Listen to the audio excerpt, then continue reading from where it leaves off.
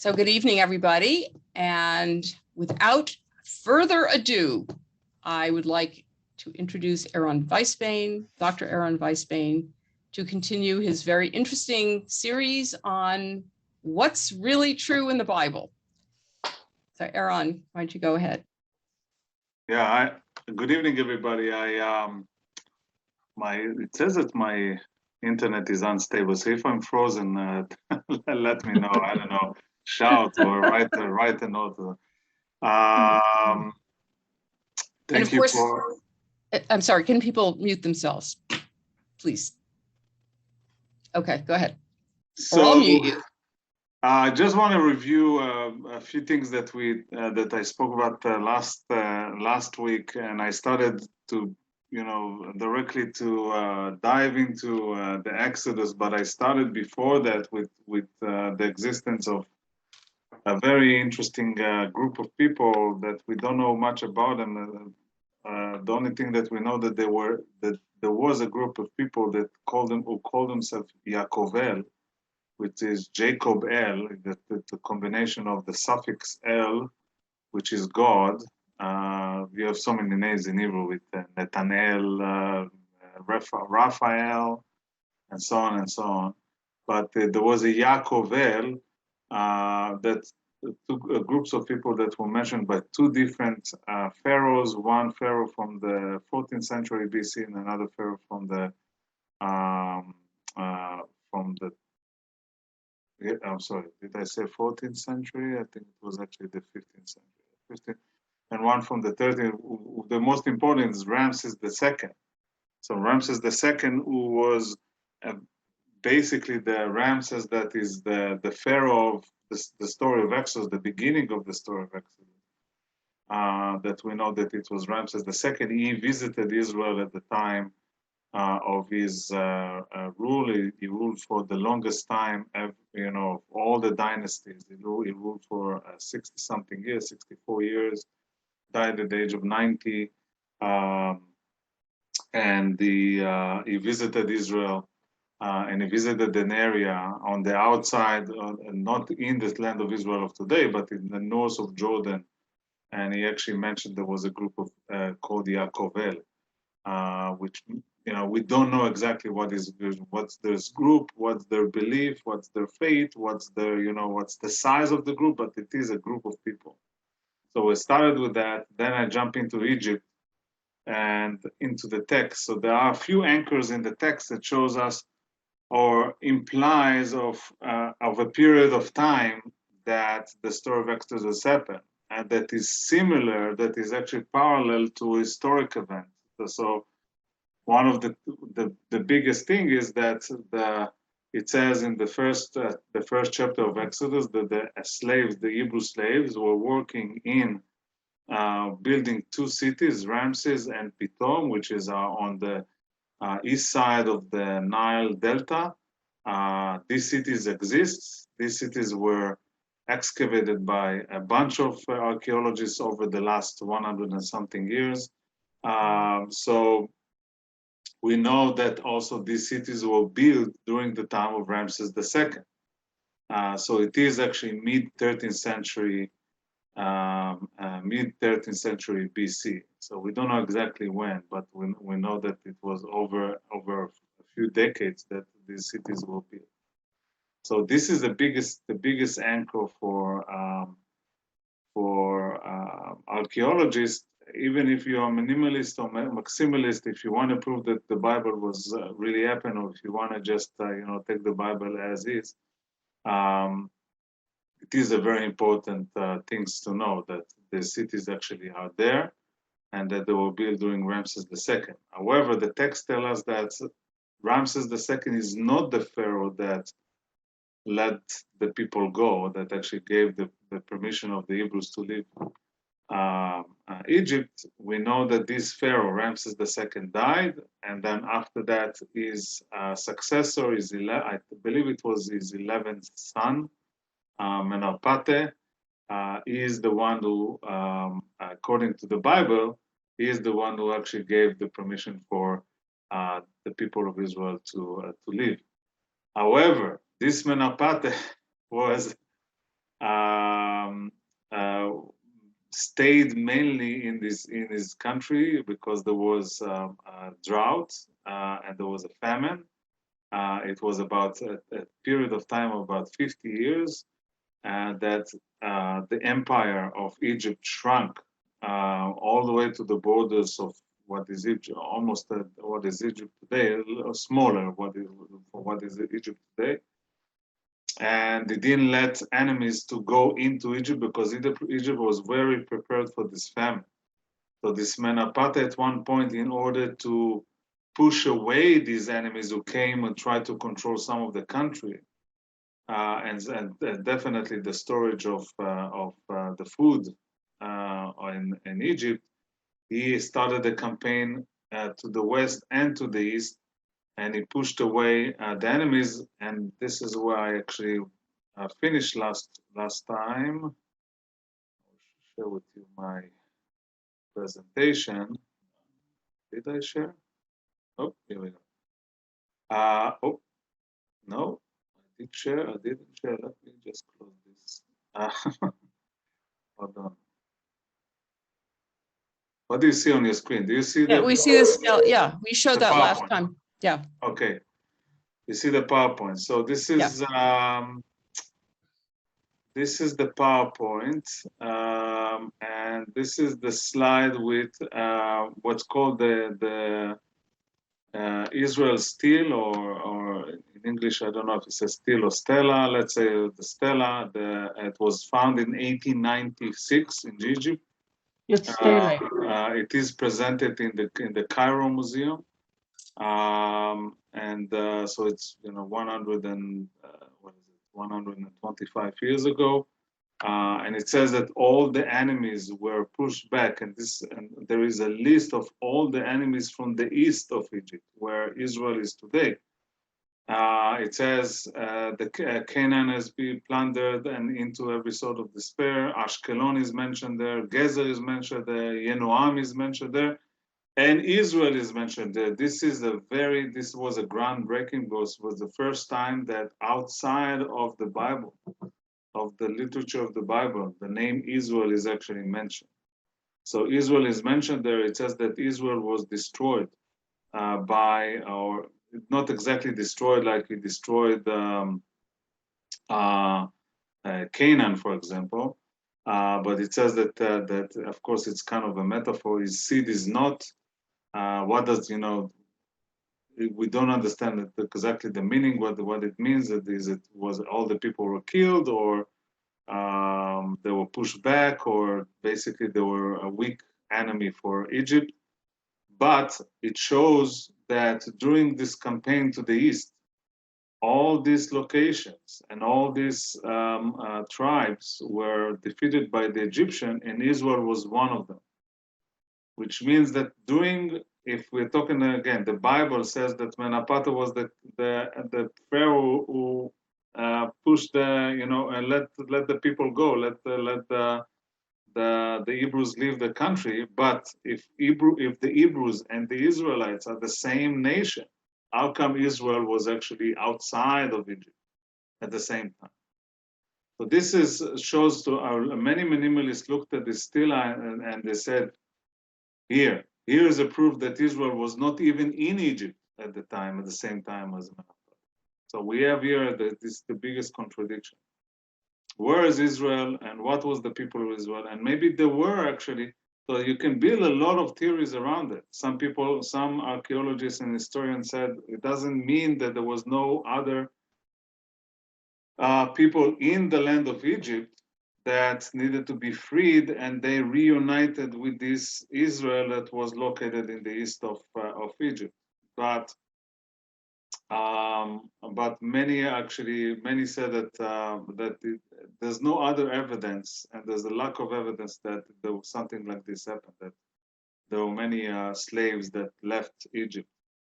However, the other people actually criticize archaeologists that are minimalists and say, we know that all the writings that the Egyptian wrote about their pharaoh was all about superlatives and about their victories and about their success, and very little about very little about their failure, and to push away thousands of slaves outside of Egypt and move them away from Egypt is not a great success that you want to put in writing.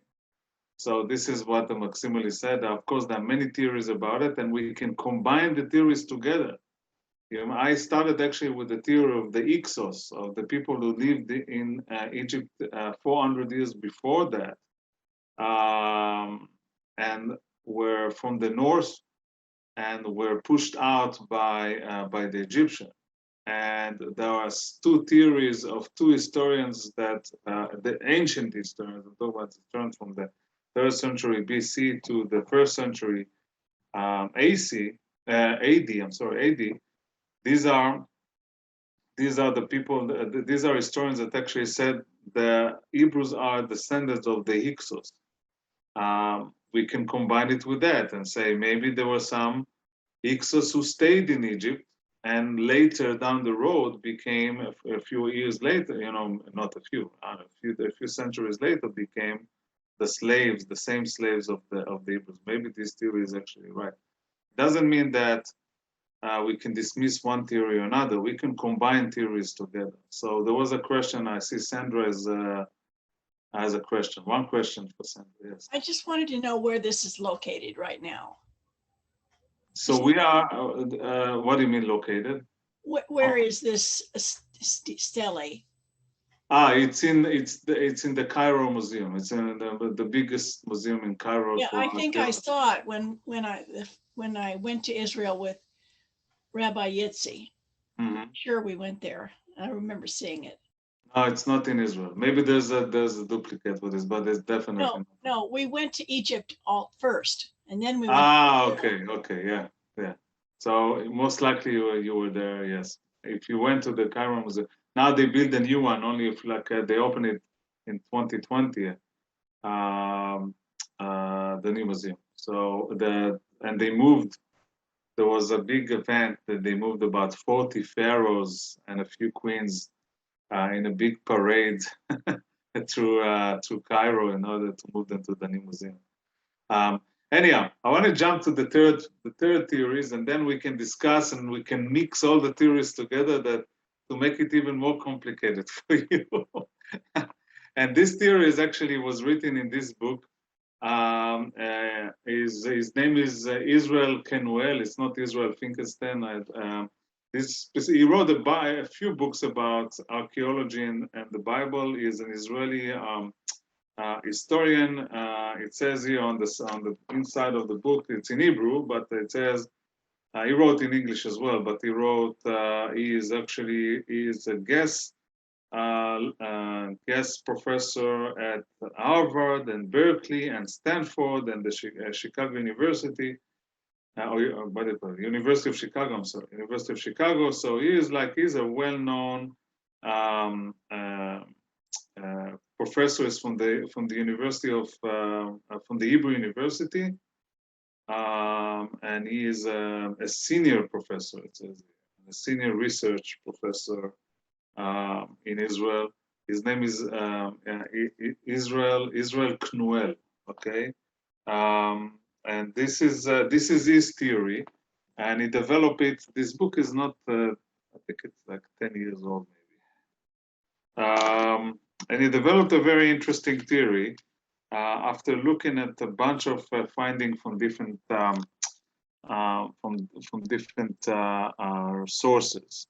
First, he said if we cannot prove for sure about the big events, let's actually zoom in. And the zoom in is to find the main characters. We know that in the story of Exodus, there are two main characters. There are many characters, but in order to understand Exodus, we need to find Joseph, because Joseph is our link to Egypt, is the one that was sold to the Ishmaelites, and they took him to Egypt, sold him, and then he became a great person there. Hold on. And we have Moses. Okay, so we have two characters that if we find them or we find some clues about these two characters, maybe it will give us some indication or some clues about that, there were people there that were foreigners and they lived in the land of Egypt at the time, because there are no actually main sources for that as a people, as a group of people. So he found a connection between Yosef or a guy named Beya, or sometimes some sources they actually call him Beya or Bey. And this is the theory. So first we need to understand what is this Joseph? Who is this Joseph character? And we have to go back to Genesis, because in Exodus Joseph was already died. So we have to go back to the late, the last few books of Genesis, and we know that Joseph was a top advisor for Pharaoh, and it says you should be in charge of my court. This is Pharaoh talking, and by your command shall all my people be directed. Only with respect to the throne shall I be superior to you.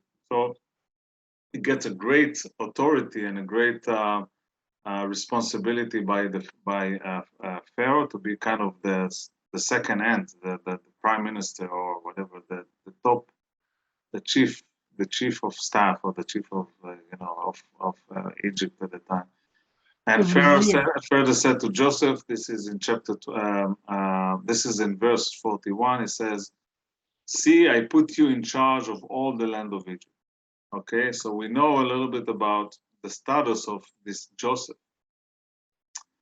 In chapter 45, it says, it was not you who sent me here, but God. This is Joseph talking to his brothers after they reunited with his brothers. They came after so many years to Egypt during a famine time, during time that there was no food in Israel, no food in Canaan. And he has made me a father to Pharaoh. Look at this, look at his perspective. He's actually a father to Pharaoh, Lord of all his algos and the ruler over the whole land of Egypt. Okay, so this is Beya. So this is Joseph, sorry. Now we skip to Beya. Who is this Beya? Okay, and I see that somebody wrote on the chat. I will address it in a few minutes after I finish with Beya. So the name Beya is mentioned in a few Egyptian writings, okay, and this is in the early 12th century BC. This is not during the time of Ramses II, and this is not during the time of Meneptah, his son. It's a little bit later. Pharaoh that we addressed in the Still and the Still Land, and also the son of Ramses was Meneptah. But this is actually, we're now skipping to the 20th dynasty of the Egyptian pharaohs during the time, or during the early 12th century BC. We have a foreigner from the north. Okay, this is how I describe the guy Beya.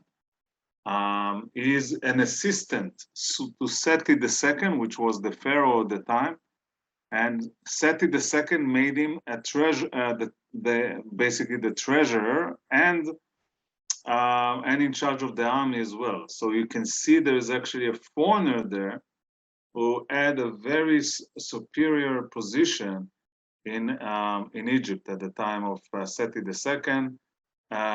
Joseph, we know that Joseph, I'm going back and forth from the Bible to Beya, just to compare the two. Joseph, we know that he was married to Osnat, who was the daughter of the priest of the deity On, okay, which is the god of the sun in the Greek faith, and I'm sorry, the Egyptian faith. And then we have Beya, who is Beya's status was actually found in the shrine of the same god. Okay, here's some connection between Joseph and Beya, and of course the status, the government status of Beya. Both Joseph and Beya served during the time of the Great Famine. Okay, if you remember, one of the greatest advantage of Joseph was to prepare the country after interpretation of the dreams of Pharaoh, to prepare the country for the Great Famine. And he built all the storage, and he created some kind of a system that they are saving some of their food for the to be prepared for the Great Famine. And we have both of them are actually, it's called the Awistic names. Okay, we know that Yosef, the Yud Vav, it's actually it's the name of God. It's another name of God. In Bea, it's actually the suffix of the name. It's the Yud A, which is another name of God. And we know that the God's name is Yud A Vav or Yahweh or Jehovah. In some depends in what translation you read the text. And this is the biggest change. How this Bea went down in history. We know that Siptah, and I will show you the dynasty of the 20th dynasty of the pharaohs, and you can understand a little bit about Seti II and Siptah. Siptah was a pharaoh, not directly after Seti II. It was a little bit, I think there was a pharaoh in between. And on this fifth, they found something in the Dir el Medina, in the archaeological site in the south side of I think Dir el Medina is the south part of Egypt, or even south of the delta of the Nile Delta, and they found that Bea was supposed to build his grave sites, and they found something. They found a message that the traitor Bea was executed. Okay, so we know that Bea went from there is a saying in Aramaic that in the Talmud it says from Idra Rama to Bira Mikveh. It's from the top of the mountain to the bottom of the pit. So this is basically Joseph had the same situation, but he went back to the top. But in this case, where Bea was actually the second to Seti II, really in charge of the treasure and the army, to become a traitor. Okay, and here's the dynasty. This is the 20th dynasty. I'm sorry, it's not the 20th. I'm sorry, my mistake. Erase the 20th.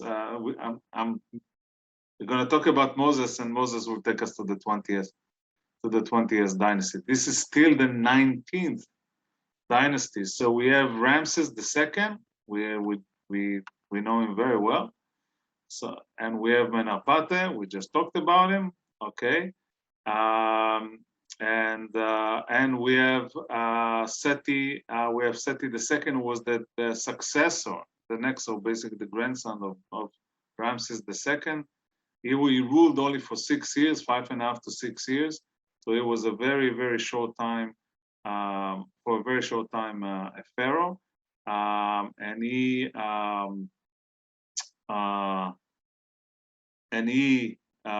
died in around 11. I'm sorry. At one point, you see that there's actually 2 pharaohs that served at the same time. There was a split there.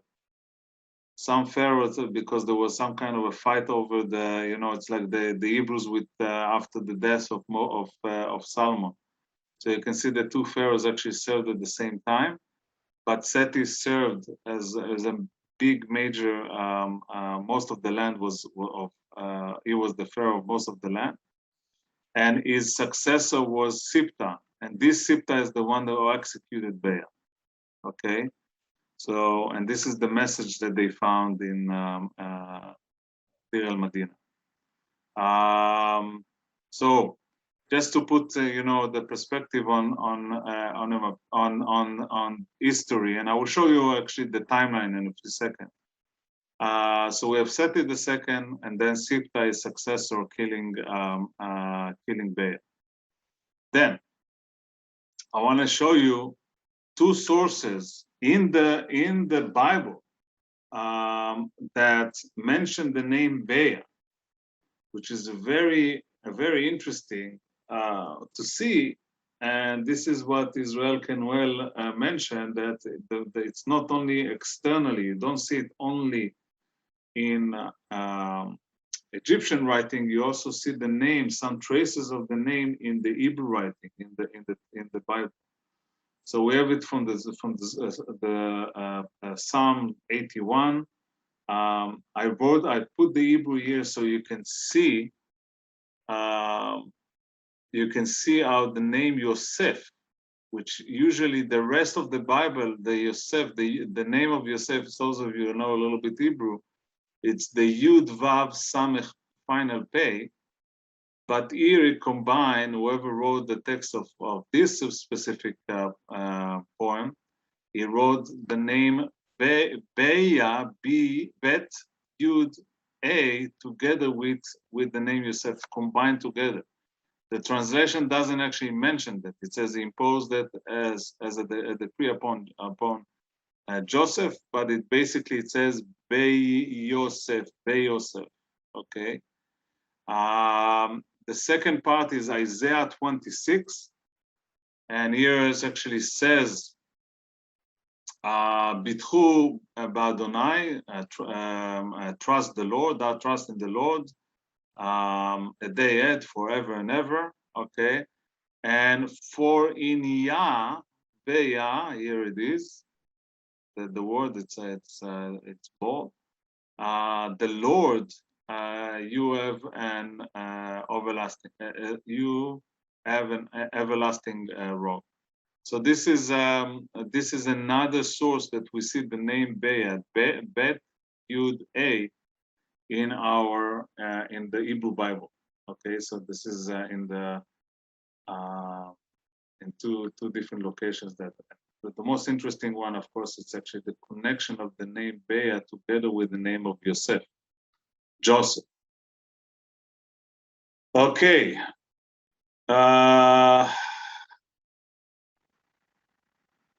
Let's see why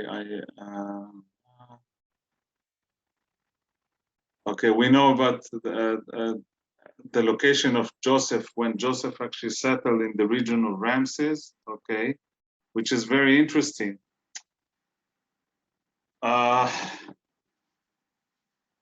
We know that the region of Ramses, the name, the region of Ramses, there's no way that they actually mentioned the region of Ramses before having Ramses II, because it became the region of Ramses during Ramses II. And those of you, if you remember, I showed you the text from last week, the people of Israel were freed from Egypt on the 430 years of the slavery. So 430 years, if Joseph was there in Genesis, there's no way that the region was named Ramses, because the Ramses was not even, it's 400 years before Ramses. So it is a little bit the peculiar thing about mentioning it in the text. However, today we know that the text was written in the 8th century and the 7th century. This is session number 1 that I told that the text was written much, much later.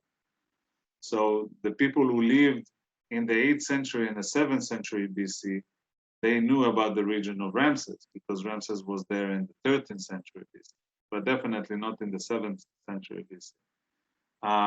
We know that about a new king arose in Egypt that did not know Joseph. So we know that there was a switch of and this is another implication of the connection between Beya and Joseph. And we know that Siptah, who was the successor of Seti II, he didn't know Joseph, he didn't know Beya, and he executed, or he didn't acknowledge Beya's rule. Okay, this is very important. I know it's a little, I mentioned a lot of stuff now. It makes a little bit, I try to make it more sense if we see it on a timeline. So it will, and then I will answer any question. We'll have a break for questions. Here's the timeline. The top part is the Bible. Okay, you remember, we have an anchor. The anchor is Ramses II, because they built the cities of Ramses and Piton. this was only during the time of Ramses II. He is the guy that actually was enslaving the Hebrews in his region there in the east side of the Nile Delta. We know that the Bible mentioned about 400 years of slavery. So we have to go back 400 years to get to Joseph, because Joseph was there 400 years ago and there was a famine.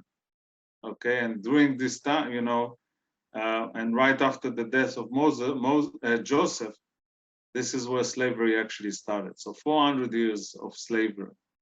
Okay, now the 400 I told you, it's a big number, and it's most likely it says a long time ago. So even if we said it's not 400 years, let's say it was even 100 years, because it was an exaggeration in the Bible, it still doesn't. There's a problem here with the text compared to history, compared to the historical evidence. And we know that Menapate was the son of Ramses II. The Bible tells us that it was not Ramses II who freed the Hebrews. It was Menapate, and Menapate actually during his time, we know that Moses led the Hebrews to free them. However, history tells us a bit of a whole different story. We know about the Hyksos, a group of people who came from the north and settled in the eastern Nile Delta, and at one point in the mid-16th century BC, they moved out. They moved out. They fought against the Egyptian, and the Egyptian kicked them out, or maybe kicked most of them out. We know, here's our anchor again. This is, we cannot change this. This is Ramses II.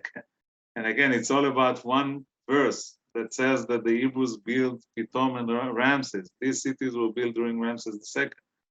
And we know that there was a famine who started at the year of 1225, during the last few years of Ramses II's rule.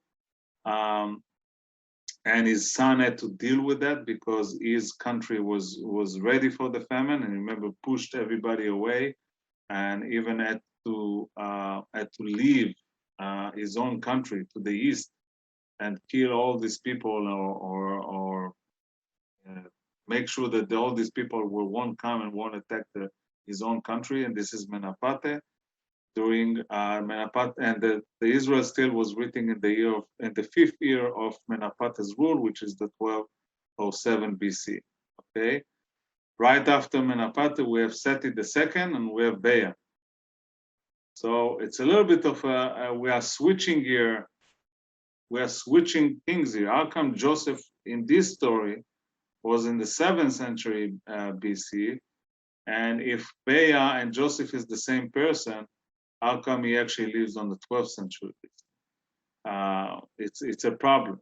It's a problem that Israel Kenuel addressed in this book. He said that basically his conclusion is that the story of Exodus didn't happen in the scale that it would happen, or the years that it happened during in the Bible, but it is based on true stories, on stories that were orally transferred from one generation to another. The years were blurry, the locations were a little bit not the same, and the timing when they were actually slave or not slave, but it is based on some true stories. And Bea, we have an historical memory that there was a guy who was a foreigner. There was a guy that his name was actually the name of Yudei Vave was in his name and connected to the Hebrews, and to the faith, the Israelite faith. But he actually didn't rule, or didn't live at the same time as Menapate, and the same time as Ramses II, or even way before Ramses II, according to what the Bible says. But it basically said there was a story there somewhere, but the writers mixed everything together. They took all the motives of all the elements of the stories of our history, the history of the Hebrews, and mixed them all together in order to create something more more of a story, the 10 Commandments and the 10 plagues, and God is the one who took us out of Egypt, and so on and so on. So I'm gonna stop here, and we're gonna answer a few questions. I have a bunch in the chats. Let's see. Good result. Course of advisors. Can you explain, Christine? You wrote a bunch of comments here. If you want to share it. Yeah, it's just, some of the anthropological stuff around kingship and pharaohship in general through time. Okay. I'm not dealing with the timeline that you're talking about. And the vizier, who was the head advisor that was in charge of the other, like the head of the cabinet, if you will, of the administration. There's always a problem in the early pharaohs of the vizier, who was usually a patra kinsman, developing being a rival and killing the pharaoh or replacing him with himself or whatever, usurpation. So there started to be a habit of using either war captive that would seem bright or foreigners of one form or another as viziers, so that they would not be rival kinsmen, okay, and to keep the kinsmen at bay. This was not always successful, and this is what I suspect might be going on, that you get this foreigner, it seems likely, and his people invites his people to come and settle, right, in an area that was a bit up for grabs, so that it would become a buffer, from invaders. And then, you reward this person beyond belief, but he cannot be pharaoh. On the other hand, what you don't plan on is that those people would prosper and they would grow more numerous and more powerful. And so this is something which the pharaohs also got really nervous about in general. So that whenever there was a usurpation or a shift of rivalry and it resulted in a change in pharaohs, the advisors were always killed. I mean, they were almost always killed. So, and considered traitors because they were advisors to the loser. And then eventually, I mean, this is much in the future, the simple use of foreigners wasn't okay because they could have children and inherited wealth and all the rest of that stuff and become an independent power base, or at least potentially an independent power base. So at that point, the pharaohs started using eunuchs because, of course, they couldn't have progeny to pass stuff through, and it would ensure the kind of personal loyalty that I'm sure Donald Trump would envy, and got everything they owed to the pharaoh. Okay, so I think that might be one of the dynamics that's back and forth in Egypt. Okay, and then where these different groups, which I assume can coexist, these different strands that eventually became Israel, that some of them might have been seen as useful to the pharaoh at one point, and then a pain in the ass another time.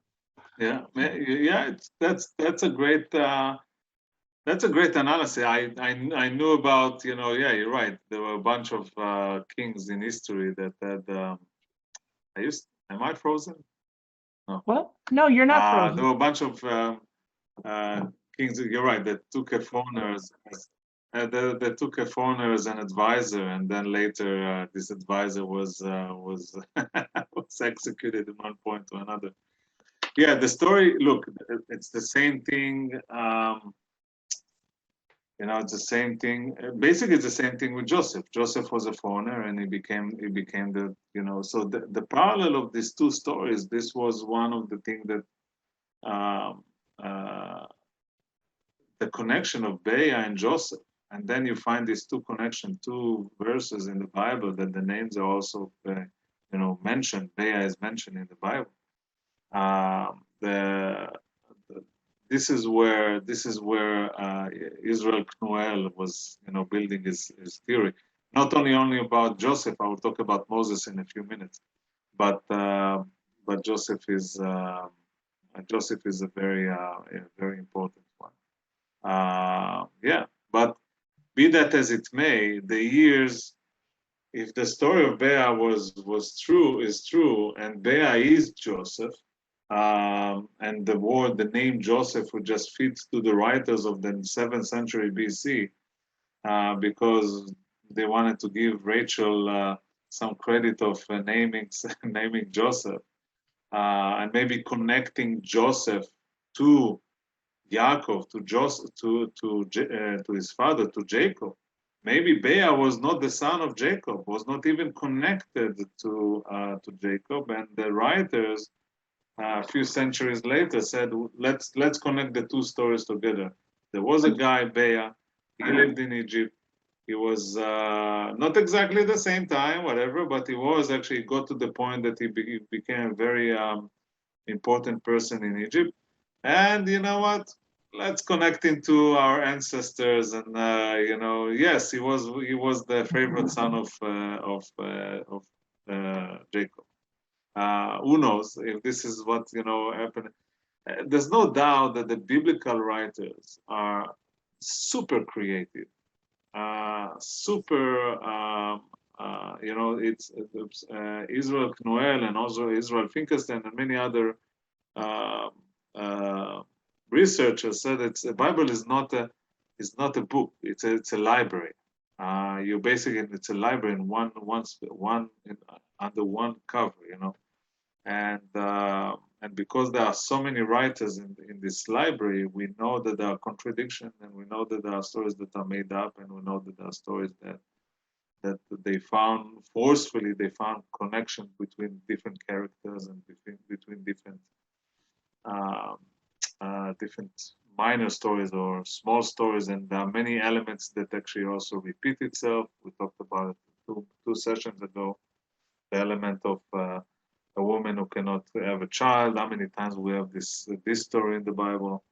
But here, actually, we have also a king and an advisor.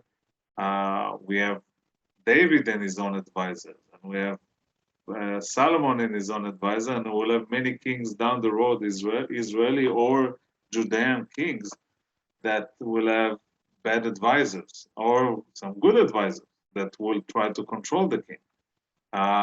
So the rule of the David, that is who was his main advisor? Nathan, the prophet Nathan. So he was his advisor. He's the one actually made Solomon the next, the king. So so this is it's interesting to see all of that. Any other questions related to Bea before I'm jumping into Moses, because Moses has become even more interesting. Any questions? No? Okay, everything's very clear. Okay, let's jump to Moses. Let's see. Okay, so this is what we know about Moses.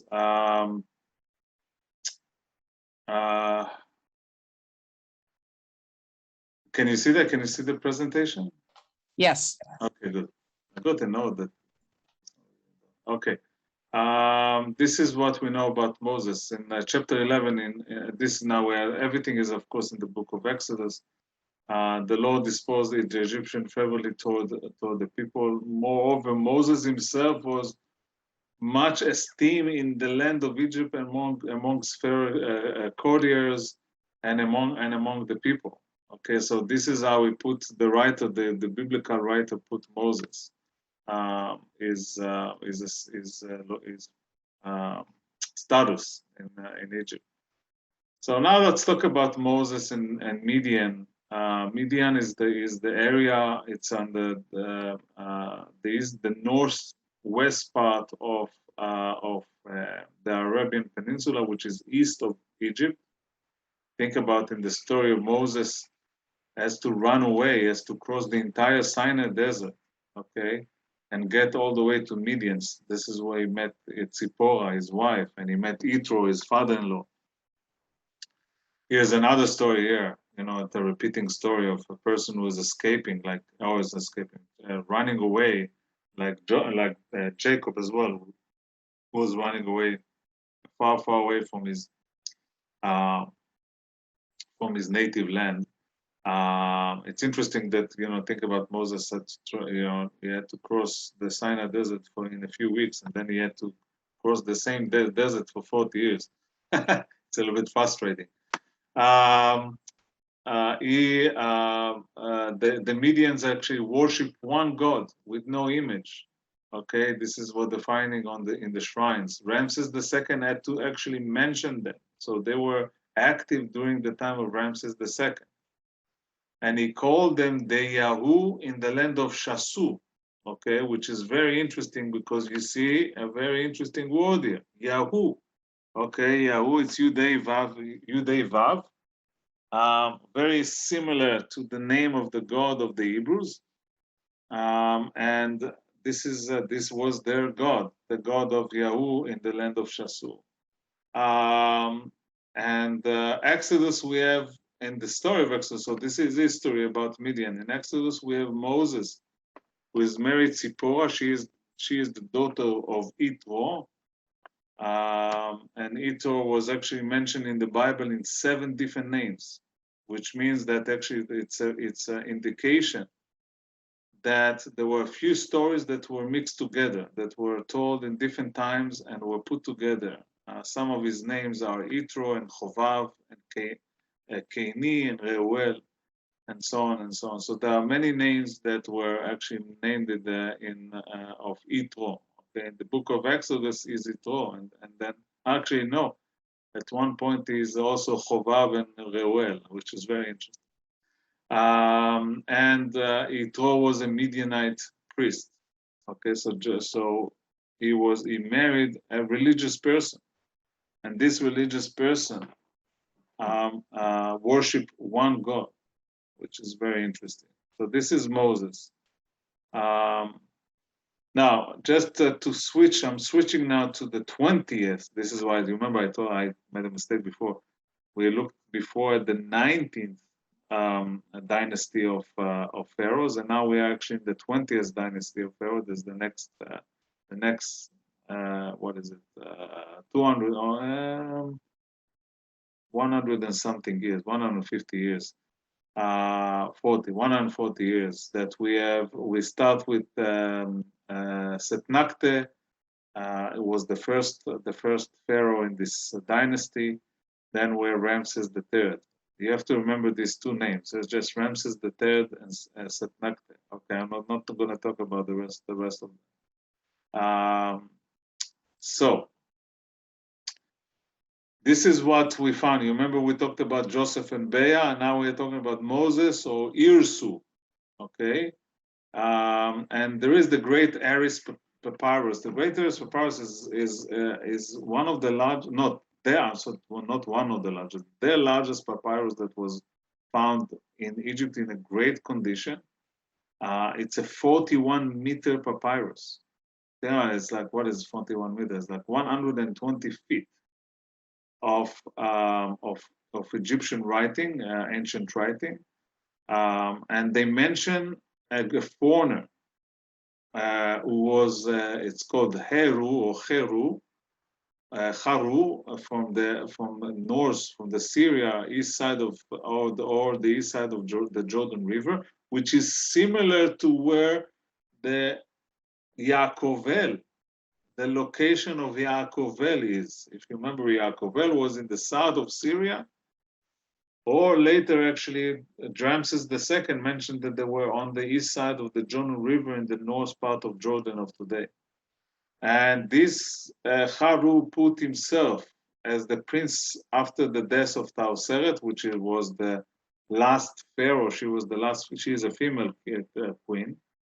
and she was the last ruler, the last, not pharaoh, they call her queen, of the 19th dynasty. And he didn't follow the Egyptian gods, and the gods put a new leader who fought this foreigner. Okay, so we know about this, a guy foreigner, the Egyptian wrote about it. And this is the direct text, the direct translation of the this specific few lines from the great Harris Papyrus. Other times having come after it with empty ears. Irsu, a self-made man. Okay, this is why we call Moses Irsu. A certain Chau, a Syrian, was with them as a chief. It said plundering their possessions. They made gods like men, okay, and no offering were presented in their temples. Now, you remember the temples of the Midianites, okay, gods like men, and there was actually not gods; it was only one god, which is very, very interesting. The parallel of this Irsu and the connection to Midian, maybe. Here's another stela. The stele is in was found, of course, in Egypt, and this is during the time of Setnakte was the first pharaoh in the 20th dynasty of pharaohs. He said that he actually finally secures his kingship after defeating all his opponents and challenges to the throne of his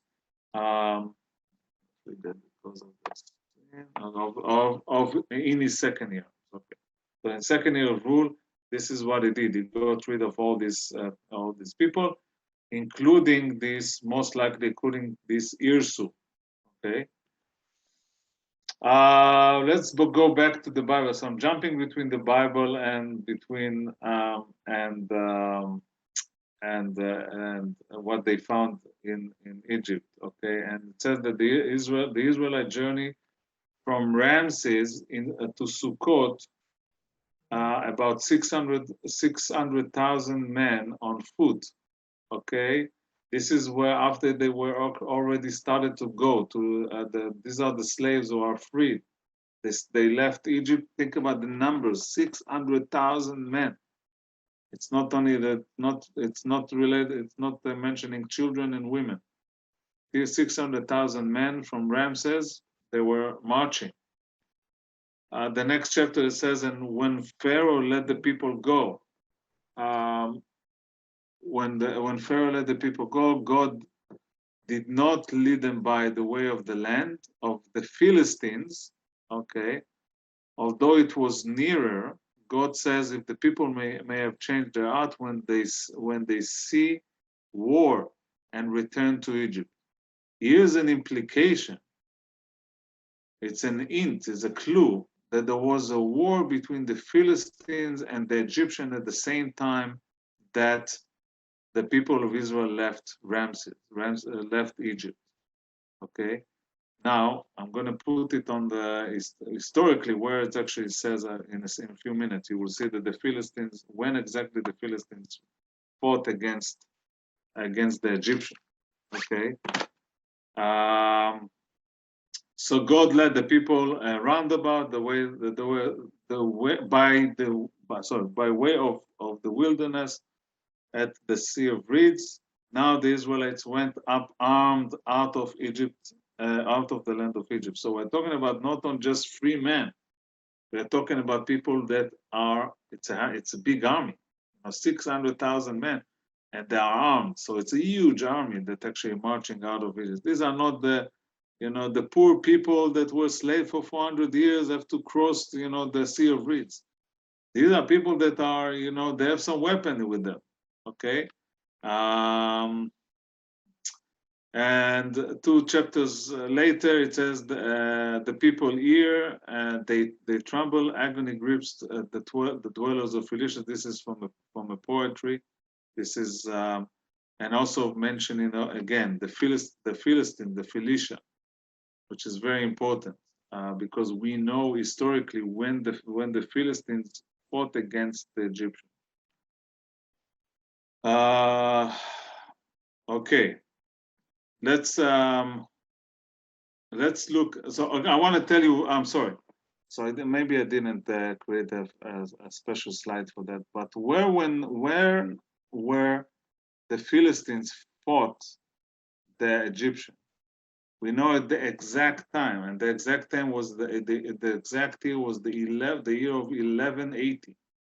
1180 BC, and if we go back to, let's go back to the, oh, here we go. So 1180, it's right here. Ramses III. This is why I actually marked Ramses III as because he was the successor of Setnakte, who was the one who kicked out Irsu. Okay, so the year of 1180. Ramses III is the one who actually fought against the Philistines. So we have here a problem here. There's a gap with the years, because if we go back to this, if we are right here at the year, this has to be a little bit shorter, but let's say Seti was the king, but 2 pharaohs after Seti, I'm sorry, 3 pharaohs after Seti was Ramses III, and he's the one who fought against the Philistines. So we know that actually, what is his name, Moses or Irsu lived after Bea, a few years after Bea. Now let's go back, and I will make sense by comparing theory 2 and theory 3. Okay. Theory 2 said that Exodus didn't happen. And here's the proof. First, we have the Israel still, the Menapate still, and from the 1207, it says that Israel was actually on the east side of Jordan, was not inside, Jordan. East side of Egypt, was not in Egypt, and it was defeated by Menapate. Okay? Israel is a group of people who is located in Canaan, east of Egypt. There's no sense. It didn't happen. The book of Exodus says that the Israelites built the city of Ramses. This city was actually built during the time of Ramses II. Okay, so doesn't match the years, the historical years of 1207. The Israelites actually lived outside of Egypt, not inside Egypt. A mistake. Theory 3 says something else. It said Exodus really happened, but not according to the biblical story. It happened actually in the year, at around the year of 1187 or 1186. We don't know exactly, or maybe even a little bit later. We have a guy named Moses, Irsu, and he's mentioned in 2 Egyptian sources. He was a foreigner. Bea is Joseph, and he served as a top advisor to Seti II. This is, again, it's one theory that was, it's a very pretty new theory of Israel Knuel from the last decade. He wrote a bunch of articles about it, a bunch of that was published in a bunch of professional journals. And this is his theory of connecting these 2 people, the Irsu and Bea, to the historical events of the Exodus. But the Exodus happened years later. He believes actually that the Israelites were not slaves in Egypt, that it was a group to follow this man, Moses, Irsu. Okay, the Moses is a later name that was mentioned, that was created by the writers of the 8th or 7th century BC. But his name, this guy Irsu, is the one who led a group of people outside of Egypt during the time of the war with the Philistines into the land of Israel. Maybe they reunited with Yakovel people. Maybe they didn't. Maybe they did. I want to mention one more thing. it gives a lot of course, there's a lot of criticism about Knuel's theory, about theory number 2 and theory number 3, that both of actually theory number 2 and number 3 are, both of them are minimalist, are people that are looking at the Bible and said it didn't happen, and here's the proof that it didn't happen. But let's look at the perspective of the maximalist, of the people that think that the biblical is our source, is our main source of and they said there are few problems. Okay, if the text was written hundreds of years later, in the 8th century of 7th century BC, how can we explain the next thing? Okay, there are 26 Egyptian words in Exodus, in the story of Exodus. I just gave you 3 of them. Suf is what do you call it? Suf is, it's another name for the Nile, for the Nile river. Zephet is the thing that Moses' mother Yocheved put inside this basket, okay, for him to float. Yeor, it's another name. These are actually Egyptian words. They are integrated together in the book of Exodus. How come? It's not like, you know, people sitting in Jerusalem and writing, and all of a sudden they know Egyptian and integrate, you know, Egyptian language. The city of Pi-Ramses was abandoned in the 11th century BC. Okay, so we know that even if you are a writer in the 7th century BC, how will you remember? It's not like we have today, they can actually Google or whatever. How can you remember there was a city in Egypt 400 years ago? Okay, and mention it in the book of Exodus. And it says that the writers actually knew about the specific method of creating bricks by the Egyptian that was only found in Egypt. And these are the bricks, because it says the specific how the Hebrews actually create the bricks for Egypt.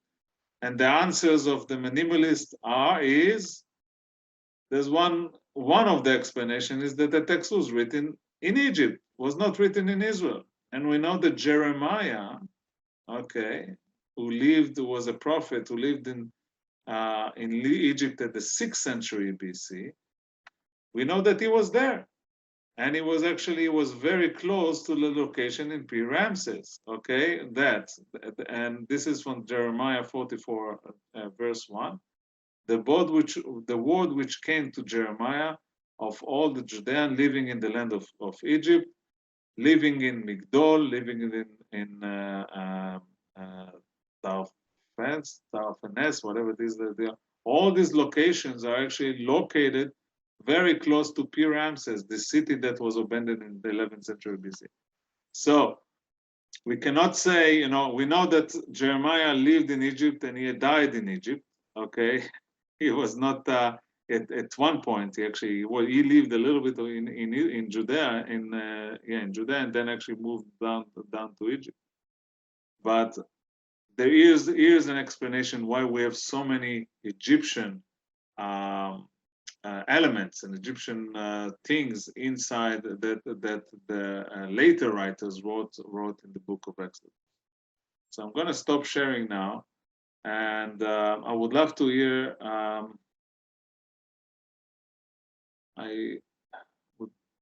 you with me still? Okay, good. I see some movement. Okay. So we are already 7 minutes after 7. Let's open it for a 5-minute question. If you, we have, of course, a session next week. The rabbi asked me to mention that we have another session next week. So we have 3 different theories. Theory number 1 is the Ixos. Theory number 2 is the main source that actually moved and shows that there was no Exodus, is the fact that Israel was actually in the east of Egypt and not inside of Egypt.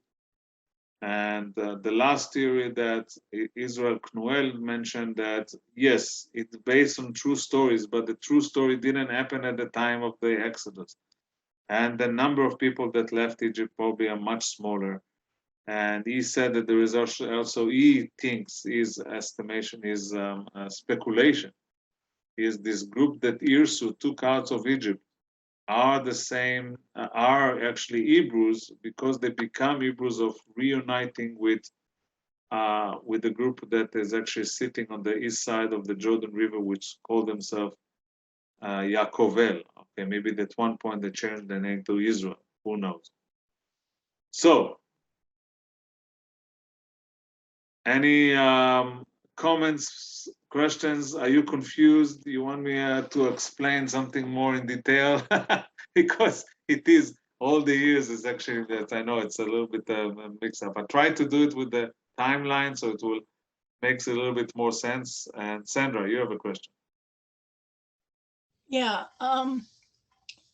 I keep remembering that they say there's no before and after in the Bible. So it might explain the differences in the timelines. What do you mean by that? What do you mean before and after? Well, the Rabbi Singer says there's no before and after in the Torah. That timelines get all mixed up sometimes. Yeah, but it is confusing for researcher if archaeologists want to find out if the story, not only if the events really happened, if what exactly happened there in Egypt and in Israel at the same time. There must be a before and after. I would love to hear from maybe I will call her tomorrow, Rabbi, and I will ask her about it. But what exactly she meant by saying there's no before and after. The Torah is actually organized chronologically. There is a chronological order. You know, we start with the creation through Noah, through Abraham, Isaac, and Jacob. So there is actually before and after. And we know that after Joseph, the people of Israel were slaves. And we know that, according to the Bible, of course, and we know that then came Moses and saved everybody. Again, it's a very interesting time because if we know that the Bible, if we try to go back to what happened try to get to the mind of the writers, of the group of writers in the 7th century BC, the people who wrote this story, they heard the stories. They maybe heard about Beah, and maybe they heard about this guy Irsu, and maybe over the last 400 years, his name became from Irsu to whatever. And they just said, wow, these stories make this,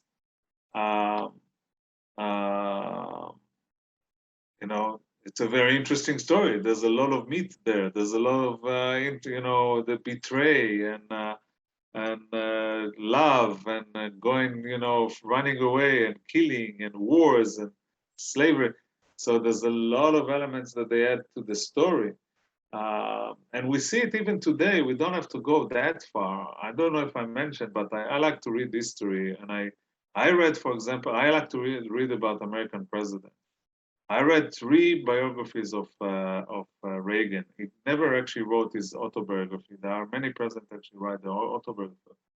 But it's interesting to see if you take somebody as a conservative writing about Reagan, his story and his perspective will be all different than actually something is more liberal historian writing about Reagan and his perspective. And then you read the autobiography of Ted Kennedy, the way that he speaks about Reagan, which are all different than what the other historians are talking about. So I read recently the history of the kidnapping of Eichmann, of Adolf Eichmann by the Mossad in 1961, which is very interesting because it's not that long. 1961 is only 60 years ago. And it was written there are 3 different books that were written about it. And there 2 books are mentioning one person that convinced Eichmann to sign a letter that he is willing to be tried in Israel. And the one book says, no, I did it. It's not the other guy. It's I did it. And it's only 60 years ago. So we know that the history, even though today we can easily write a diary, we can easily write events that happened at the time that actually happened. and we still have different version of the same story. And think about it, if you are in that time that it was not a literate society, and there was no tools or the skill, not only the tools of actually writing everything down. Everything was in oral history. And over the years, over 400 years, everything was mixed. You know, it's like it's not that here, it's this here, and it's not this location, it's that location, and this pharaoh was not that pharaoh, and so on and so on. And but at the end of the day, there was some. I personally believe, I'm referring to this theory after teaching this class for a few times. I believe that there were some true events that actually led the writers to write this story. I don't believe of 600,000. It's Christina just wrote it. It seems unreasonable that that will be 600,000 armed men. It cannot be. The number cannot be because all the historians and the archaeologists said that at the time of Pharaoh Ramses II, which was a glory time, the population of Egypt was only about 1.5 million. Okay, and it was many of them lived in big cities, but many of them were spread around. They were farmers. So, how can it be that in a country that has 1.5 million people, 600,000 of them will be Hebrew men? So it doesn't make sense. 600,000 marching to the Sinai Desert, they must leave some traces, even if it's like we're talking about 3,000 years ago. Yeah. So anyway, we can. If you have any questions, write it up. I will be happy to address it next. We'll be happy to address it next week. And next week we will jump into Joshua and was there really person Joshua? Does it make sense there was one person who came and conquered all this land of Israel and all the locations land of Israel, and we'll find out that we have some problems with that as well. So we have problems with our Exodus. Will have some problems with Joshua. So we'll talk about it next week. Thank you so much. Yeah, thank you everybody, and thank you for staying with me. Okay. Thank you. Bye-bye.